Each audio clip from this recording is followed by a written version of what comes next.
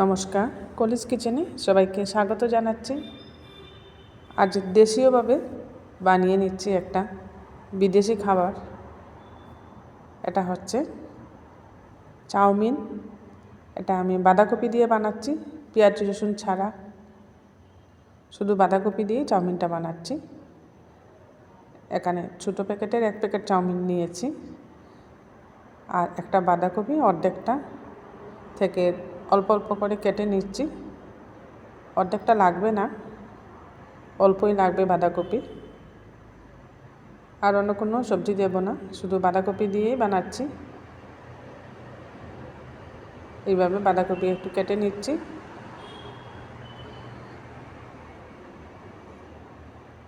একটু মোটা করেই কেটেছি। এগুলোকে এখন আবার একটু ছোট ছোট করে কেটে নিচ্ছি। একদম মিহি করে কাটতে হবে না, এভাবে একটু বড় করে কাটলেও কোনো অসুবিধে নেই। এগুলোকে এখন ধুয়ে নেব। এদিকে গ্যাসে একটা পাত্রে আমি গরম জল বসিয়েছি। গরম জলটা ফুটে উঠছে, এর মধ্যে লবণ দিয়ে দিলাম আর সামান্য হলুদ দিয়েছি। যেহেতু এটা দেশীয়ভাবে বানাচ্ছি, তাই একটু কালারের জন্য হলুদের গুঁড়া দিয়ে দিলাম। এতে করে যখন এর মধ্যে চাউমিনটা সিদ্ধ হবে, চাউমিনের কালারটাও ইয়েলো ইয়েলো হবে। চাউমিনটাও দিয়ে দিয়েছি। খুব ভালো করে সিদ্ধ করে নিচ্ছি চাউমিনটা।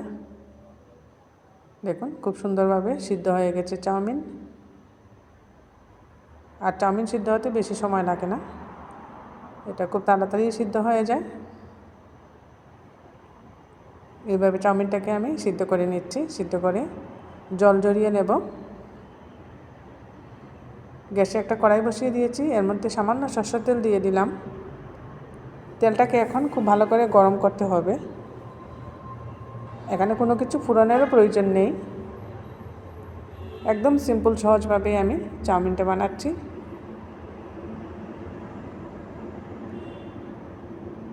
বাচ্চারা যখন বিকালবেলা কিছু খেতে চায়, তখন এটা ঝটপট বানিয়ে দেওয়া যায়। তেলটা গরম হয়ে যাওয়ার পর কেটে রাখা বাঁধাকপি দিয়ে দিয়েছি এর মধ্যে।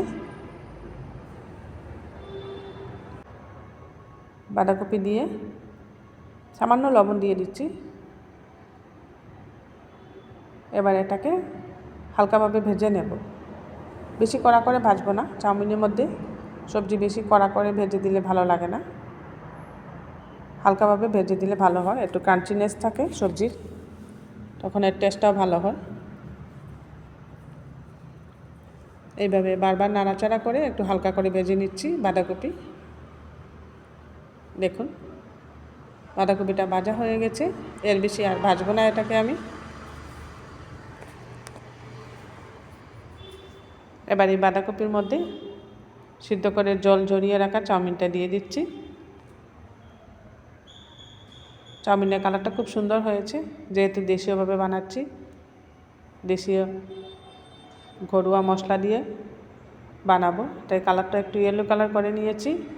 চাউমিনটা সিদ্ধ করার সময় সামান্য রিফাইন্ড অয়েল দিয়েছিলাম, তাই খুব ঝরঝরে হয়েছে। এবার এর মধ্যে সামান্য জিরে গুঁড়া দিয়ে দিচ্ছি। সামান্য জিরে গুঁড়া দিয়ে এটাকে একটু ভালোভাবে ভাজতে হবে।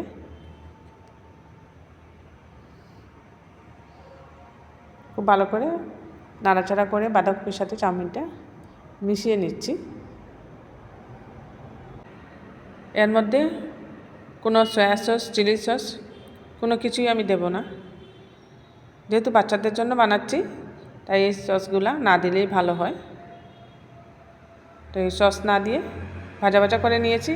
এবার একটা কাঁচা লঙ্কা কেটে দিচ্ছি, একটু ঝাল ঝাল হবে। ঝাল ঝাল হলে খেতে এর টেস্টটা ভালো আসবে, তাই একটা কাঁচা লঙ্কা কেটে দিলাম। কাঁচা লঙ্কাটাকেও একটু ভালো করে মিশিয়ে নিচ্ছি চাউমিনের সাথে। দেখুন চাউমিনের কালারটা খুব সুন্দর হয়েছে। তৈরি করে নিলাম দেশীয়ভাবে বিদেশি রান্না। সামান্য লবণ দিয়ে দিচ্ছি, মনে হচ্ছে একটু কম হবে, এর জন্য।